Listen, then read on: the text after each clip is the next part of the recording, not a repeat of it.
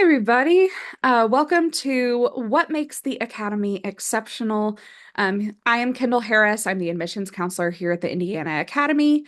Um, Today, I have joined with me Mr. Paul Douglas. He is the Director of Residential and Student Affairs. Um, so he's here today to talk about residential life at the Indiana Academy. So he'll talk a little bit about our wellness programs, academy and community service, what it's like to commute, what it's like to live in the residence hall.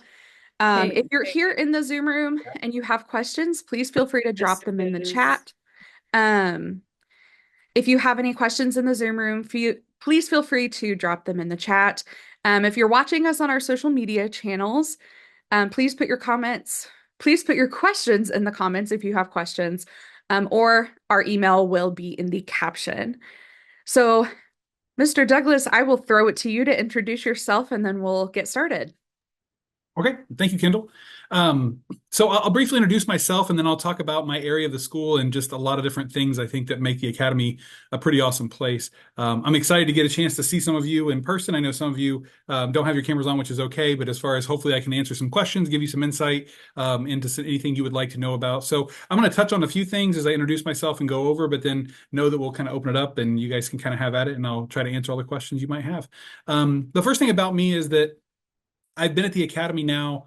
It's hard to say this out loud, but 23 years. I came into the academy as a student life counselor. I was a student life counselor for a couple years. Then I was a team leader for many years, then the associate director, and then I've been the director now for 5 or so years. So I've been at the academy in a lot of different stages. I've got a chance to see it grow and change and like really, in my mind, evolve into something that's really special. The reason why I've stayed as long as I have is because I believe in this place. I believe that it's a very unique opportunity. It's not one that can be found most places. And I think we try to create a very unique atmosphere, community that I think is hard to replicate in a traditional high school.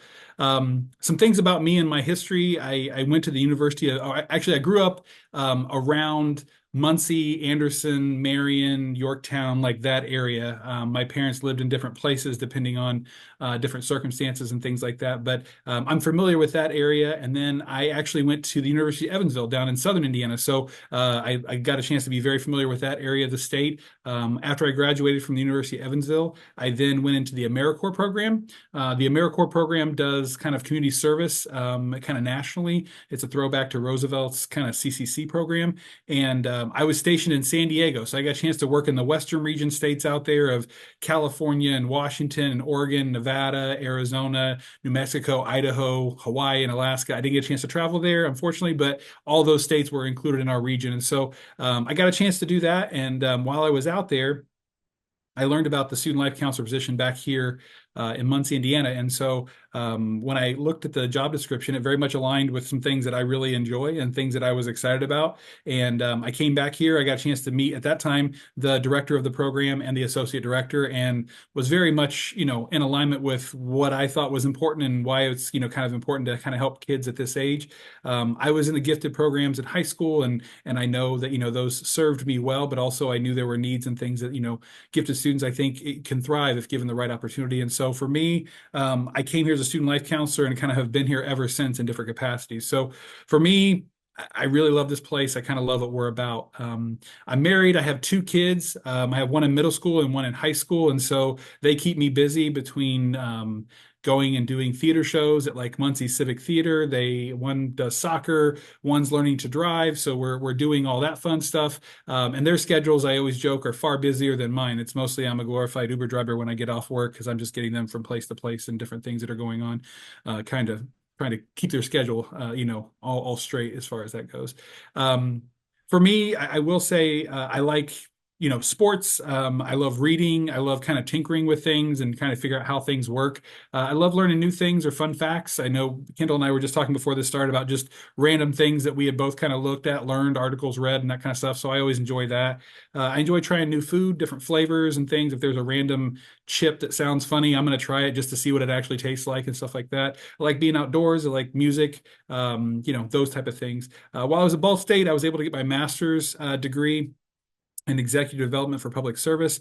And again, I've been at the academy for a long time, so I've got a chance to see it develop into kind of what it is today. I'm a big proponent of kind of changing for purpose. The idea that like, hey, change for change's sake isn't necessarily good, but if there's a purpose to it, it's worthwhile to kind of be responsive. And I know that students, especially post COVID, but even leading up to that, just trying to find ways to meet student needs and kind of what do they need right now and how do we best serve our students. And so our area has a lot of different things. I'm going to touch on that briefly, and then we'll turn it over to you to kind of ask questions. But I think when I think about what makes the academy exceptional, the first thing is the people. I know the teachers are excellent. They care. They're kind of experts in their respective content areas. They have at least a master's, if not a PhD, in their area. So they love what they do, but they're dedicated. I think they care. I work with the student life counselors who have chosen as their job to live in a residence hall with juniors and seniors, and like that's their job. Like they help take care of students, help coordinate, work with parents and things like that.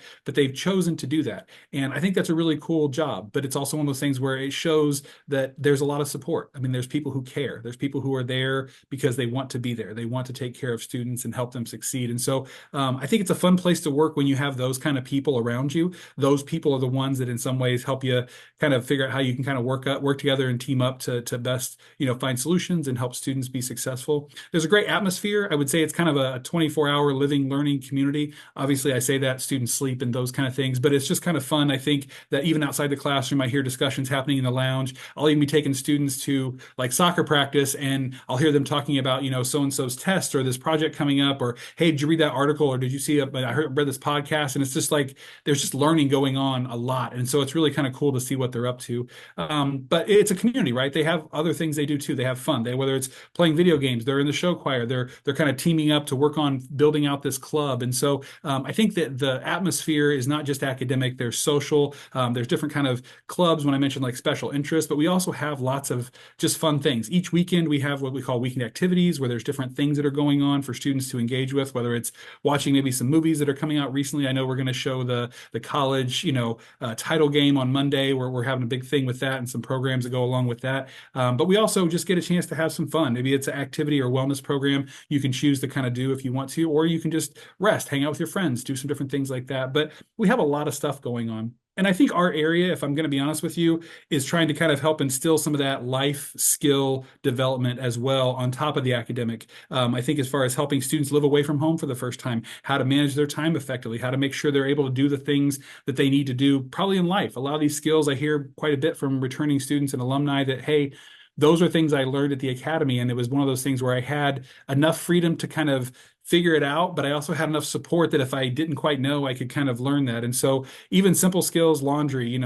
doing dishes, those kind of things, but also living with somebody, right? Learning how to communicate and advocate for what you need, but finding reasonable compromise, learning how to live around others. So I think there's a lot of personal growth that takes place at the academy for students, and it really kind of gives them a chance, I think, to kind of spread their wings in a pretty, I think, supportive and safe environment, but it allows them also to kind of start to figure out what that looks like as they kind of walk into their future. Because we know, and I say this all the time, the academy is not the destination, but we are an important leg, I think, on that journey, and we want to be good stewards of that leg and making sure that we're doing what we can to work with parents, to work with students, to help you guys kind of have what you need. And there's a big world out there, and I think one of the things that's unique about our atmosphere is that we're connected to Ball State, that there's a university, there's resources that come along with that, right? You have university, a library, you have athletic facilities, you have national shows that come to Ball State that you get a chance to go see. Some of those are discounted or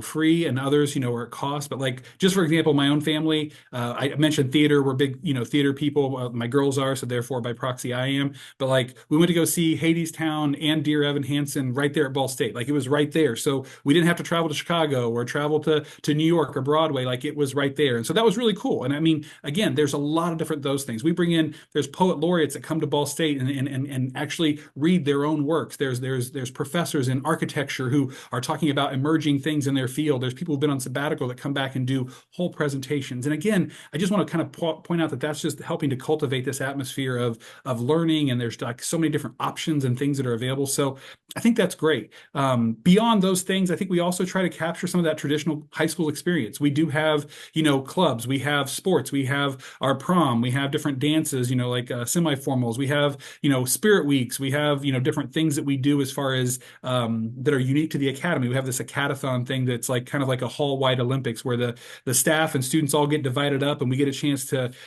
do some fun things as far as competing against one another for kind of bragging rights and fun things like that. We have a little Sibs weekend where if your little sibling wants to come and kind of stay one weekend, we have a specific weekend where all the little Sibs can come in and try that out. And so again, we try to find that balance between what's responsive, what do we need to be doing to help students, but also what are some tried and true and fun things that we want to also continue and pass those on to kind of capture that experience.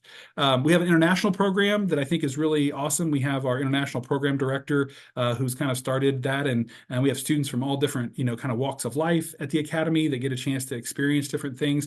We have a global scholars program where you can learn more about kind of this ever connected world that we live in, and different kind of things happening with different cultures and around the globe. And so I think that's really awesome. We have a non-residential program. So for some of you, you may not be in residence. Obviously, I work in the residence hall, but we work with student life. So all the different programs, wellness, activities, all that stuff is available to our non-residential students and international students because we want to be one whole community. The non-residential students, can actually come and spend the night on the weekend if they want to with one of their residential student counterparts. Because again, we want to make sure there's opportunities for you guys to continue to build those connections and do those things. We do academy service, which is service within the academy. We do community service, obviously beyond the walls of the academy. We think it's important that our students kind of give back. They have time, they have talent, and I think when they can kind of contribute that to the communities that they're a part of, I think it makes a big difference. And that could be here in Muncie when you're at the academy. It could be wherever you live, and over breaks or over the summers and things like that. But we think that's an important part of what we call an extended curriculum as it relates to helping our students be more well-rounded. And so we also have wellness programs, as I mentioned, in different dimensions that we focus on. But those programs are fun things, right? They're things you get to choose to do. We're not mandating them, but if you see something that sounds interesting, go check it out. We have concentrated weekends on wellness and service weekends that are kind of every semester that you can take advantage of. And you mentioned like the commuting. I mean, students who are non-residential, they have space within our lounges. They have lockers and stuff. So they're kind of right there in the central hub of the residence hall, and they're able to kind of interact there. They're access to the kitchen if they want to warm up some food or whatever else. They get to come to teachers' offices. All stuff is right there in Wagner. They have the nurse, the mental health and support services, the teachers, the college and career counseling, the guidance counselors, myself, the director of academic affairs. Like we're all right there in Wagner. So it's a nice one-stop shop that I think is very convenient and helpful for our students. The last thing I'll mention, and I know that I get this question quite a bit, is about roommates and things. And so if you're coming to live in residence, yeah, we do have roommates. And as far as what that process looks like, during orientation, you'll get some information and things sent to you. And there's a questionnaire that we have you fill out that helps us kind of gauge your interests, maybe as far as different things that you might be excited about. But overall, we're just looking to kind of have you give us some input and insight so we can help kind of best pair you up if possible. Now, if you're coming with a friend from your homeschool or somebody who's on a traveling team and you guys want to room together and you guys both pick each other, yes, we can make that happen. So I don't want you to feel like we have to dictate that, but a lot of times I think we do a really good job. I joke that it's not like eHarmony or whatever, but as far as we try to bring all the information together and try to align you with common interests, as far as similar kind of behavior patterns, as far as sleep habits, that kind of stuff, just to kind of set you off in the best way possible. And so there's a roommate survey over the summer that you would complete, and that helps us kind of put some of those things together. And sometimes you may meet somebody at orientation or other places where you guys have connected and decide you want to be roommates. And again, if you guys both agree, we work with you on that. So I think it's people who make the academy exceptional. I think it's the atmosphere, the learning communities. I think as far as what we offer to all of our different pieces, I think it's the community that we try to build. I think it's the kind of beyond the classroom learning and the well-roundedness that we try to present and bring, I think, to bear for our students to be successful. But it's also a partnership with parents. Our student life counselors contact and work with parents to kind of help. We know you're the expert on your student. We want to partner with you to continue that successful trajectory that you put your student on, and usually by choosing to come to to the academy, we want to just, again, help accelerate that into the next level of where they want to go and what they want to be and help them kind of get to that next stage, whether that's off to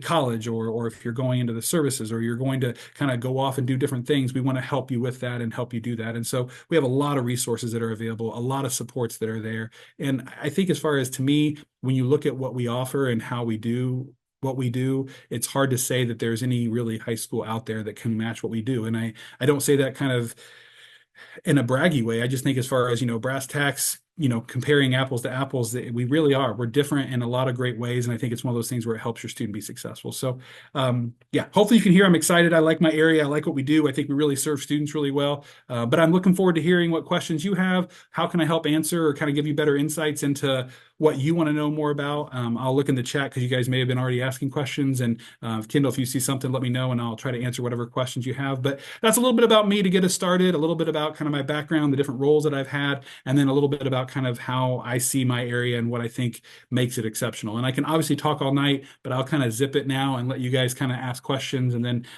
if there's any lulls, I'm happy to fill in with more details. But curious what you want to know about. How can I help you have a good sense of this place? Because I want you to have all the information you want. Paul, thank you so much. Just as a reminder, if you have any questions, if you're here in the Zoom room, please drop them in the chat. You can drop them in the regular chat, or you can message me privately. Or if you're in watching us via social media, please feel free to drop your questions in the comments, or you can use the email address that I've put in the caption. Paul, our first question is about dining. So it's asking if you could talk a little bit about dining services, as well as what kind of options there are for students with allergies. Yeah, that's a good question. I can look up the exact amount, but I will say I can put in a link down here, I guess, so you can kind of see some of it. But if you go to bsu.edu/dining, they will give you some of the hours and some of the different things that you can look up there. But for us, as far as if you're a residential student, part of your room and board, you get a meal plan. Your meal plan will be loaded onto your ID card, and you can basically you have 3 meals a day: breakfast, lunch, and dinner. The way it's set up is that breakfast is from whenever the facility's open, which is usually around 7:30, 8 a.m., sometimes 7 a.m., depending on if it's like one of the coffee shops or whatever else. But as far as from there to 11 o'clock, specifically 11 o'clock, you can use one of your meal swipes for breakfast. You get about five something, and I'll look up the exact amount here in a second, but I want to say it's like 5:35 or somewhere around there for breakfast. Then at 11:01 starts your next window, which is where lunch and dinner fall. So really, after 11:01, at 11:01 and beyond, you can use two swipes. You can use one in during your lunch window. If you want to eat lunch at 4 o'clock, you want to eat lunch at 11:05, you can use a swipe and get lunch. Let's say you're an athlete and you want to go to practice later, but you want to go ahead and just get it all done. You can go get lunch at 2 o'clock, get your lunch, but you can also grab enough stuff, grab and go, microwave stuff, sandwiches, deli meats, whatever else for dinner that night. And you can actually go through the line and they'll swipe both your lunch and your dinner right then as you move through there. But that uses your lunch and dinner for that day, but you can use them both right then and there. Okay. Lunch and dinner, I want to say is around $9 and some change. And I'll look that up here in just a second, but it fluctuates a little bit each year. It goes up a little bit, but it's around, I want to say 930 or maybe a little more than that. So I'll look up those amounts, but you get that much per lunch and that much for dinner. So as far as those two swipes, anything after 11:01 is considered your kind of lunch and dinner window. There was a question about how does it work with allergies? We actually have a nutritionist as far as with Ball State that we can get you connected with. So if you have a gluten sensitivity, or maybe you're allergic to a certain dye, or maybe there's something else as far as you're more sensitive to, we can get you connected with that person with Ball State. And they actually have breakdowns of every concept, every location, what is used, what isn't used. There's a place on Ball State campus called North Dining that actually has a whole section that actually eliminates the I think it's top 10 allergens in that specific area. So they still serve food and stuff, but they have certain ones that are very catered to the idea that those allergens are not present in what they're offering. And so that's a really cool thing. But you can also work with a nutritionist that maybe you want something from, like you'll have access to a Chick-fil-A or a Starbucks, and you're like, hey, can they do they use oat milk instead of whatever, or can I get this substitution, or does this have that in it? And they can actually look at the menus because they have all that nutrition information and break that down and say yes here or no that. And if you have certain things you need to kind of be mindful of, I'll be honest with you, this isn't kind of like every day, every meal, but they also can coordinate with some of the chefs at certain locations. If you have to have a certain thing, let's say that's made a certain way, they also can work on coordinating that as far as, on certain meals and select things that are offered. So there's a lot of really cool things, and obviously being connected to Ball State, I know I mentioned there's a lot of resources there, but obviously you're not the first student, nor will be the last student that is coming that has to deal with some of those things. And so, because the whole campus-wide dining system, they have to kind of be mindful of that and know kind of where those things are and how to best serve all the different students. And you get to be a part of that process and a part of that, I think, larger mechanism where they can kind of be mindful of that. So, breakfast, you got kind of it's a use it or lose it amount. I guess that's something else I should say. So let's say you get 535 for breakfast. If you go through line and you like only buy like a donut and a thing of milk and say that's like 250, once you swipe your card, you've used your breakfast. So I always say use as close up to that amount as possible. Now, if you go over that amount, let's say you get 530 and you spend 550, they're going to swipe your card and they're going to say, "Hey, can I have 20 cents?" Right? And so you have to pay the difference as far as that goes. There's no tax. So when you walk through and you see a sandwich is $3 and a drink is $1 and some fries are $1, you can do the math and say, "Okay, I have this much left over of my $9 and change to still spend." I say go get some microwave popcorn, get some trail mix, get a bottle of water, get a Gatorade for practice tonight. Like use that again up to that amount as possible. Put some stuff in your room, store it for later. But again, if you're a residential student, you have a meal plan that like again you can use, and each day you have those 3 meals. They don't bank, so it's not like, hey, I didn't use a meal yesterday, so I have 4 today. It's 3 each day, one during breakfast window, two during that lunch and dinner window. Each day it just kind of repeats that you're in residence. That happens. And again, you have access to all the dining locations that Ball State has. So there's again access to Starbucks, Chick-fil-A. They have like a Boar's Head Deli, which is kind of like a fancier, in my mind, Subway where you can pick different meats and breads and cheeses, and they make it all up in front of you. And I want a little lettuce, I want 500 pickles, like whatever you want, like they'll kind of do all that stuff for you. So dining, you have access to a lot of different things depending on what you like. And most students kind of find a nice varied amount of what they can kind of get, because if you just want a drink or you just want some ice cream or you just want some snacks, they have places that are very focused on those things. If you want like full on meals, they have a place at the atrium where literally they give you a box and they say whatever you can fit in this box, whatever, as much as you want, that you just pay one price. You fill this box up with cheese, you could have a whole box of cheese. I'm not saying to do that. Please don't. But I'm just saying you can fill it up with whatever you want. If you want a bunch of this, a little bit of that, like you can kind of make your own stuff. So again, it's customizable. There's lots of options. I think it's a really cool thing. So that's probably more than you ever want to know about dining, but hopefully that gives you a picture and a sense of kind of what that looks like. And then we also have inside Wagner, there's a kitchen, a full kitchen with stove, oven, microwave, fridge, sink, different like cooking stuff. If you like to do meal prep or want to cook some stuff on your own, or you just need to reheat or zap stuff, there's access to that stuff as well, which wouldn't be exactly dining, but it's again, resources we have for eating. So I'd want to kind of add that in there. I promise not all my answers will be this long, but there's a lot there and I want to try to give you as much as I could. Thank you, Paul. We got a question in the chat. It's a great question. How is the academy itself integrated with Ball State? And what about us are a little more separated?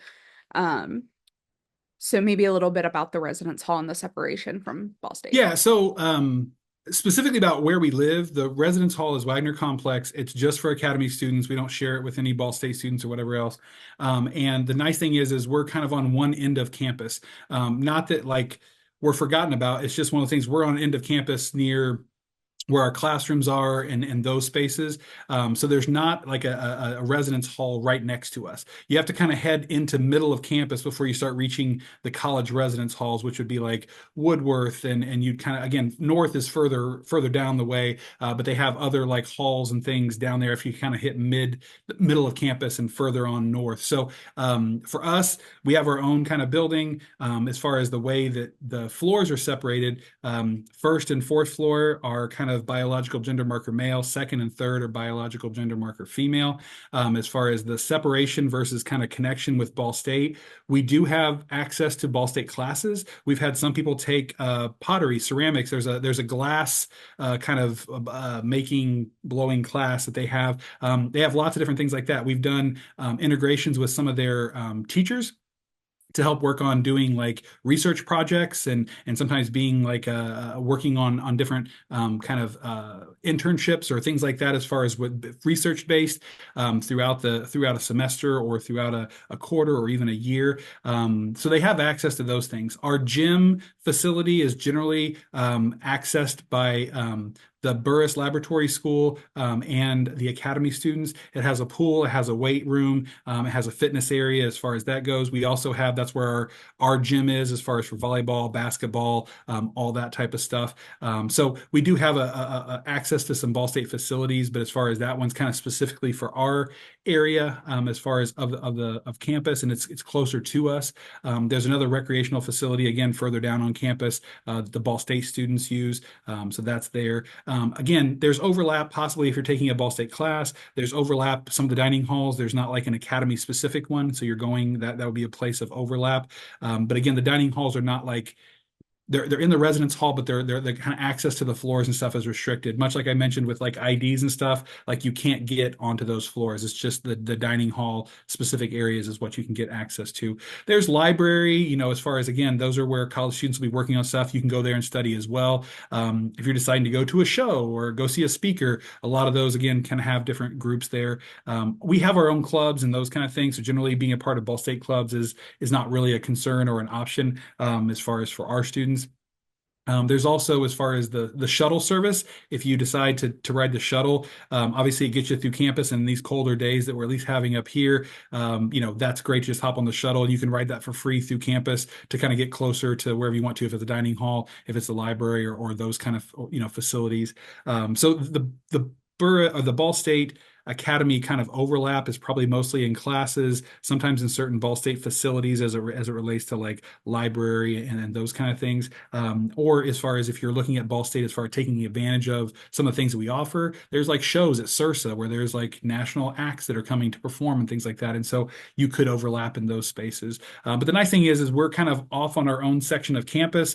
Generally speaking, obviously we have to have an ID to even get in our building. So as far as even any guests, UPS drivers, whatever else has to be buzzed in. So there is a lot of safety as far as what that goes. I know as a parent, that's a thing that, I'm always concerned with and want to make sure that our students are being safe. So our students have access to obviously travel on campus, and I see our students hanging out in the quad. They'll take a blanket to the quad and be working on some homework or whatever else and enjoying a nice day. Obviously not right now, but it's one of those things where those are things that our students have access to as they walk around. And Ball State campus is pretty nice. There's a clock tower. There's a fountain in the middle of campus. It's really nice. And just generally it's accessible in the sense of walking if you want to rollerblade, or other ways if you want to skateboard and that kind of stuff. They have different things you can kind of get around campus that way. So did that answer your question, or is there more specific I can kind of get to? I'm happy to narrow that down a little bit.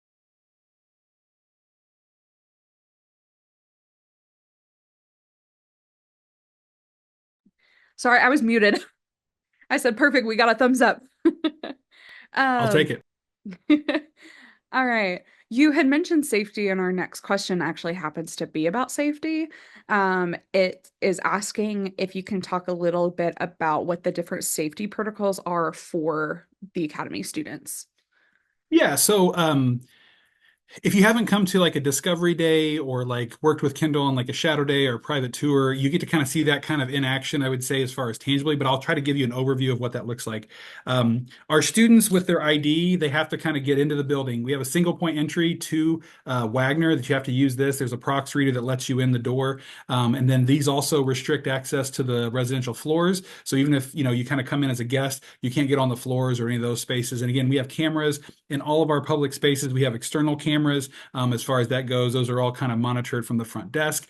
Again, with safety and security, we make sure, students who bring in their parents or other guests have to check in at our front desk. We have what's called a Raptor visitor management system where we'll ask for a driver's license.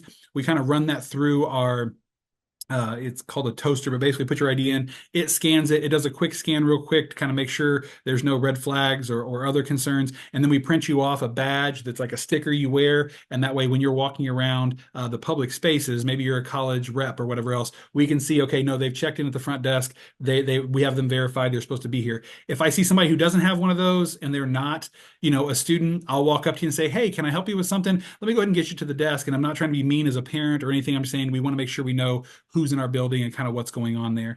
As far as on the floors, obviously we have SLCs who live on the floors and kind of do those things. We have rounds that we do throughout the building as far as, again, just monitoring spaces to make sure that we're safe with those things. As far as access, we do have it nice that we're less than probably a block away from the University Police Department, so their response rate is very fast if we would need them for anything.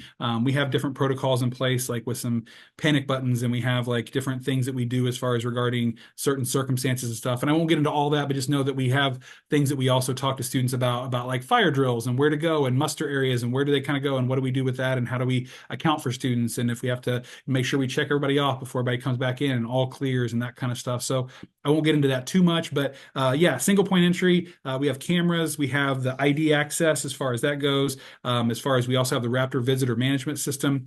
We also have staff that are kind of throughout the building at different points, kind of doing rounds and paying attention. And as well, as far as in the sense of access to certain points, you have to kind of either have someone let you in or you have to have your ID to kind of get there. We obviously discourage things like piggybacking. We have a kind of a separated vestibule when you come in. So there's obviously a kind of a two-part entry thing there. So just some things like that as far as about safety that I think are important. And as a parent, you can always call the front desk. We can transfer you to whoever you might need to get a hold of. If for some reason you can't get a hold of your student or whatever else, we can look. Our students have to sign in and sign out of the building. So there's like a little like card that they sign on that says like the date, time, companions, location, like it says a little bit of that. And then we actually, when they come back, we kind of hand sign them back in as almost like a human timestamp of when they leave and where they're going and then when they come back. So that's another method by which I think as far as we try to help account for students. And if you show up randomly and want to see where your student is at, it's like, oh, they're over at Starbucks right now as far as that goes. So you can kind of see some of that information as well. But that's housed inside Wagner, so you have to kind of get inside before you can see that information. But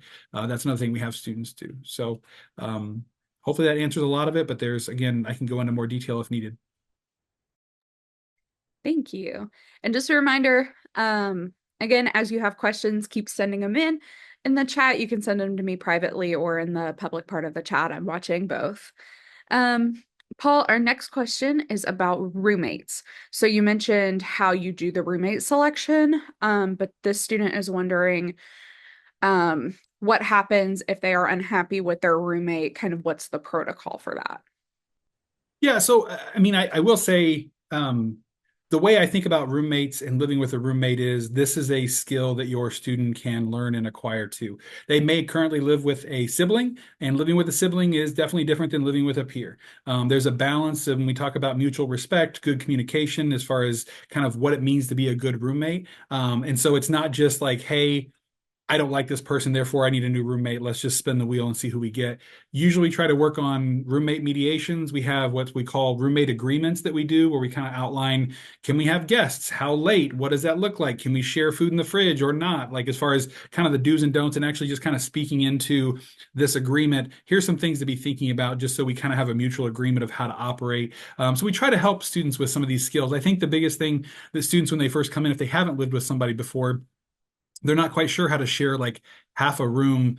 They get a whole room, but they have their half versus the roommate's half, whether it's a temperature thing or maybe they, don't pick up the trash every 2 seconds. Like there could be different differences on that. And so we try to use, again, that roommate survey to kind of pair you up and put you in a situation where you have some common things and some things in common, sorry, is what I meant to say, as well as some kind of general like living expectations that are kind of within the similar parameters.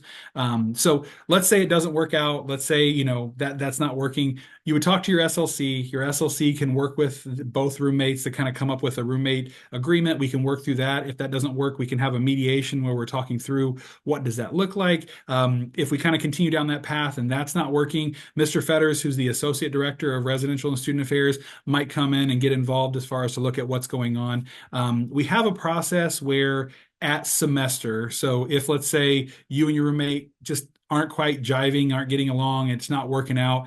At semester, we also do kind of a reshuffling for those select group of individuals that maybe they're not getting along with their roommate or there's a different kind of pattern or habit that's not working out. And so we put those people back into kind of a repairing mix. And sometimes we've had students join us by at the mid-semester point. And so those people also kind of come into that mix. And so we kind of reshuffle that small deck, not everybody, but that small deck of people who might need kind of readjustment. And then we'll try to repair them based on that. Sometimes people know like, hey, this person's looking for a roommate and this person's looking for a roommate. We'd like to be roommates. And we've had pairs kind of emerge out of that, which is fine. time, or we look again at like interests and habits and those kind of things and what would work. And SLCs by that point also know students for about a semester, so they can also add some insight of like, hey, I think Jerry and Ben would actually be really good together because they're on this same sports team and da da da. I mean, so we also gather input from various sources and stuff like that. We work with parents as well to kind of get some insight. Sometimes, again, you know your student best. There could be tendencies or things that we need to kind of know and work on. And so those are generally that process of what that looks like.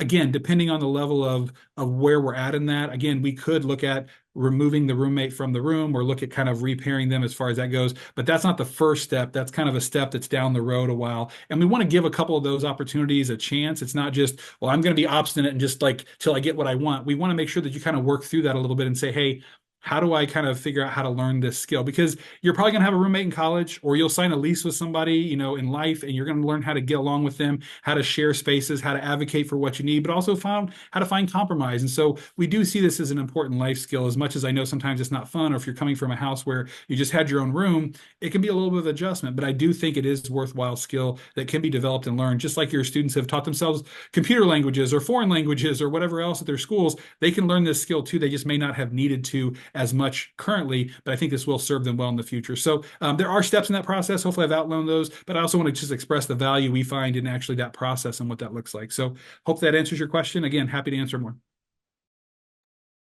Thank you.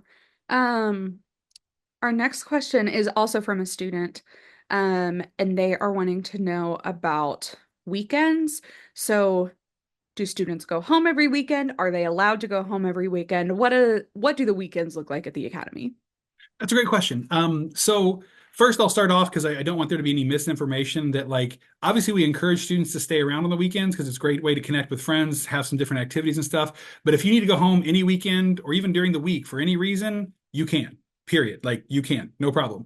There's a process by which we have some travel forms. If like say mom or dad aren't coming to get you, but like your sister who goes to Purdue's passing through, or maybe your uncle who lives nearby is going to pick you up. Like your parents just have to call in or like sign some things for permission for that, and we can work with you on that, no problem. But you can go home any weekend you want to.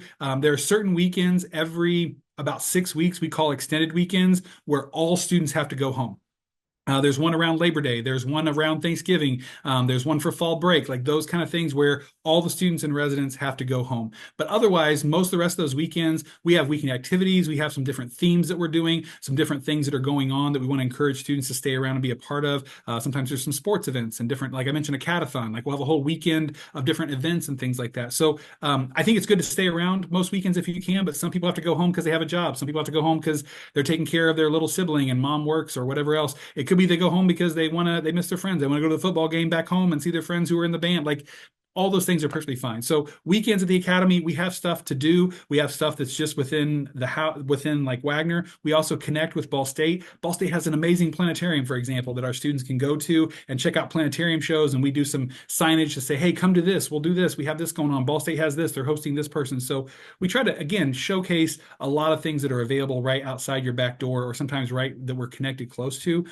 Weekends, we have some weekends that we're having our winter dance, or we're having prom, or we're having a Little Sibs weekend, or we're going to have a club fair, or we're going to have an all hall weekend. So we have certain weekends that are kind of like bigger, and I think I'm always encouraging students to stay around for those. But there's none that like you can't leave. Like you can go home whenever you need to. As far as we just ask to be back before classes start, we've had students go home at 5 o'clock on a Friday, and they don't come back until like 7:30 in the morning on a Monday before they go to their class. Hey, that's fine. Like we're not sad if you're not there in the sense of that, like, oh man, you got to be here. But I do encourage people to hang around because I think they miss out on some cool opportunities. But again, I don't know everybody's situation. So be where you need to be, do what you need to do.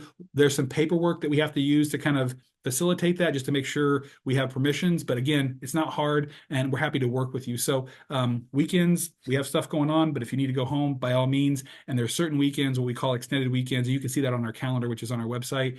You can see what weekends are going to be those weekends you have to go home. And most of the time we have to go home on a Friday, and then either you come back on like a Sunday or Monday. It's just kind of a longer weekend. Some of our like spring break and Thanksgiving break and winter break are a week long, if not longer. So some of those are longer breaks, and that's kind of how we balance out our schedule. This next question is also from a student. What happens when a student gets sick? So either with the flu or a cold or any illness. How does that work? Yeah, and so I think as far as we have a nurse, we have two nurses in residence. They work Monday through Friday. They're there from probably 7:30 in the morning until about 5 o'clock in the afternoon. They work with our students and parents to make sure they have what they need. If it's hey, if they're a residential student, they have access to the Ball State Health Center, and so we can arrange transportation and get you seen at the Ball State Health Center, where they can evaluate you and say, "Yep, we did a rapid strep test. It's strep. We need to get you some antibiotics." We work with parents and say, okay, where do we call that in? We got to go to Walgreens. My insurance won't take CVS or whatever. It's like, okay, we'll work on getting that coordinated. Then when it's ready, we go pick it up. If there's a copay, we work on you on how to pay for that. We get it in. Then if it's something that students can self-administer, they can take it in their room, no problem. If it's something that's controlled, then there's a process the nurse has where we have a medication cart that they have to come and take it off of, just so we can kind of track and monitor that. If students aren't feeling well, they can have symptom reliever in their rooms. Nurses can excuse them from classes. Again, if they have certain things, follow-up specialists, things like that, parents and students can work with the nurse on coordinating transportation and what's needed, whether it's medication or things like that. We had a student who had a sports injury, wasn't sure if they really hurt something or not. So we coordinated the next day. We got them some crutches, got them some ice, but then we also coordinated getting them to Central Indiana Orthopedics, where they did some x-rays and looked at it. And it's like, no, it's just a really bad sprain, but you need to wear this boot and we'll get some physical therapy. So again, it just kind of depends, but I know living away from home, especially as parents, you're like, okay, what happens if my kid gets sick? What's going on? Now, parents, if you decide, hey, I can care for them best, or you know what, my kid, when they're sick, I just know how to help them best. You can come take them home for a couple days. If they're going to miss class anyway and they want to be at home, by all means, that's fine. But if you live 4 hours away, no, we're not making you come pick up your kid. The nurse will work with you and say, hey, how does this work? What does this look like? If you have something like, let's say COVID, because that's probably the most common thing as far as it's going around, sometimes. But if you have COVID or something like that, and you have a roommate, like the nurse will work with you and say, hey, do we need to find a temporary space, like an empty room for you to use as far as until you're kind of symptom free, as far as that goes and stuff like that. So we do work on some of those things because obviously we're all living in one big dorm. It doesn't mean we just have endless empty rooms, but we usually keep a couple on each floor if we need to do something like that. And we coordinate with the nurse to make those decisions. But again, medications, treatments, symptom reliever, we have access to different things right there that students can have, whether it's Tylenol, ibuprofen, Midol. We have some different like throat lozenges for like cough and that kind of stuff. So we have some of that, but you can also bring your own stuff as far as to have in your room, as far as maybe there's something you take that you enjoy better, or like we don't have Vicks Vapor Rub if that's your thing, like those kind of things. Again, you can have that if that really helps you with that. And then when you're sick, the nurse will coordinate with parents too. They'll call and say, hey, Janie's sick. She was seen at the health center. They're diagnosing her with an upper respiratory infection.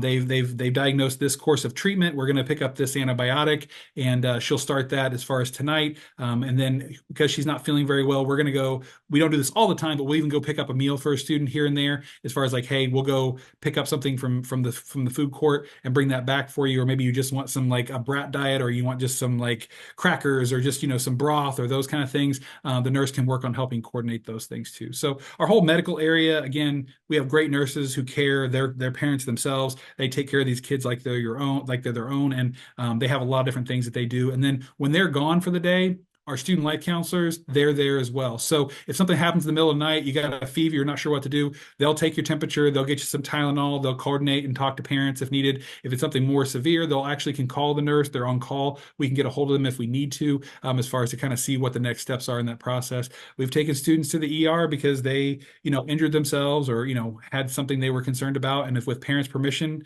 we'll take them. Sometimes parents are like, they'll be fine. Let's get them seen by the health center tomorrow and go from there. Again, we respect that. We work with you on kind of coordinating that care as best as we can. So hopefully that answers your question. Again, happy to get into that more, but we have two nurses, lots of resources, people taking care of the kids and working with you as parents to kind of communicate that care and coordinate it. Our next question is from a parent. Um, so they're asking if can my student bring their car? And if not, are they allowed to ride with anybody else? Um, or can somebody else pick them up? Kind of what does that look like? Yeah, so generally our residential students don't have a car on campus. It's not because I don't want them to have a car, it's just because of parking in Ball State. We don't just have like a parking garage dedicated to our school. So that's the biggest challenge that we have living probably on Ball State campus. Now, our non-residential students do have a car, but they have what's called a commuter parking pass, which means it can't be parked overnight, but you can drive in and park, and then you can leave at the end of the day and go, but it's not an overnight kind of parking situation. As far as to your question, if there's some type of highly unique circumstance, we can talk to Mr. Fetters and see if there's an option. We've had sometimes students be able to have a car because they can park it at this location nearby, or that like I have an aunt or uncle who are in town, but I don't want to get in the weeds with all that. But like in highly unique situations, have we made accommodations within reason if we can? But again, parking is our biggest obstacle. Assuming that we don't have a car on campus, how does my student get around is maybe the question that we're kind of asking a little bit, is that they can ride the shuttle that gets them through campus for free with their ID. They can ride the MITS bus, which is the Muncie bus system. They can ride it for free with their ID. We do targeted transportation as far as taking students. We'll do sign up sheets to maybe we're going to Walmart or we're going out to the movies or we're going out to Kohl's or those kind of things or TJ Maxx. Like we do some sign ups where like we'll take 7 students, sign up, we drop them off at this point, come back and pick them up at this point. We do transportation for sports practices. If they're on the soccer team, we'll get them out to the field and we'll get them picked up and brought back. If they're on the diving team, we'll get them, out to where they need to or pick them up if we need to. As far as if students have medical needs, again, we coordinate with the nurse, but we can get them again taken to the immediate med center and we'll sit with them or we'll go get them, help them pick up their prescription or those kind of things. Our students can also sign out with other people. So parents, as long as you give permission, our general rule is they have to be over 18 and a non-academy student. As long as they meet that criteria, you can call in permission for whoever to come pick them up. It could be an older sibling, somebody you know that goes to Ball State, somebody who works in Muncie who might want to take them out for lunch, but then they have to drive back to Hagerstown. Like we can do that. You just basically call in on the phone. We ask you who's picking them up, what time are they leaving, what time are they coming back, where are they going? And then again, we have that form. And when they sign out, we check the ID of the person you said to sign them out, verify that's who they are. Your student signs a few things, and then they're out the door where they need to go. That can happen for overnight. That can happen just for day travel. And we have some different forms that are kind of designed to do that. I can get into more detail of that, but probably for the sake of this and time, I won't get into that. But just know all you have to do is, as long as you're giving permission and we have some record of that, there's ways for you to authorize that. We've also added in the past couple of years, we've also added access or ability to do ride share. So you think about Lyft or Uber or those kind of things. Again, with your permissions, students could access that as far as also get around campus or get around Muncie if they needed to, or even beyond if needed be. But as far as that is also an option for students to kind of get around and do things. So it could be they have a friend, they could have an uncle or a family member who's going to sign them out and take them where they need to go. That's perfectly fine. Again, we just have some paperwork you need to do. But yeah, lots of options there. We try to make sure we know it's a different experience when they're coming to live away from home and maybe not having access to a car. We try to give them lots of options to be able to still kind of get where they need to go and do what they need to do. Sometimes it's just, hey, my roommate's parents are coming to take us out for dinner. Can they take me to Walmart too? Sure. You just have them sign this form and then you're good to go. So we try to be flexible and work with you on kind of coming up with solutions on how that would work and what that would mean. If it's a highly unique situation, you can reach out to Mr. Fetters and see as far as if there's some type of extenuating circumstance we need to consider and look at that. Again, parking is the biggest obstacle we run into. Thank you. So we have time for about 1 or 2 more questions. So again, keep dropping them in the chat. And if we don't get to your question, I will be more than happy to send you an email after the program. I don't want any of you to have your questions missed. So this question is about off-campus priorities. So this student takes dance lessons, and are they still able to do that as an academy student who lives in the residence hall? I mean, yes, they can still take dance lessons. I guess it depends on different things about the time, location, if they can transport themselves or if they can ride with a friend who's on the dance team and get them. It doesn't make sense. So there's some logistical things that would have to be worked out. But yes, they could still maintain that. Depending on when they get done. Usually the curfew during the week is 9 o'clock, and then on the weekends it's 11:30 p.m., which is later. As far as we have some expectations about signing out with somebody after a certain point, just for safety reasons. But yes, they can continue that. Now, I don't know if they're on a dance team here in Muncie and they're just going to live in the dorm and they would have somebody or access closer, or if they are on a dance team in Indianapolis and they're going to be living in the dorm. Like they'd have to obviously sign out with somebody to go to Indianapolis for the dance team and then come back. And so depending on timing of things, we've worked with families and students if it's kind of close on curfews or if it's like one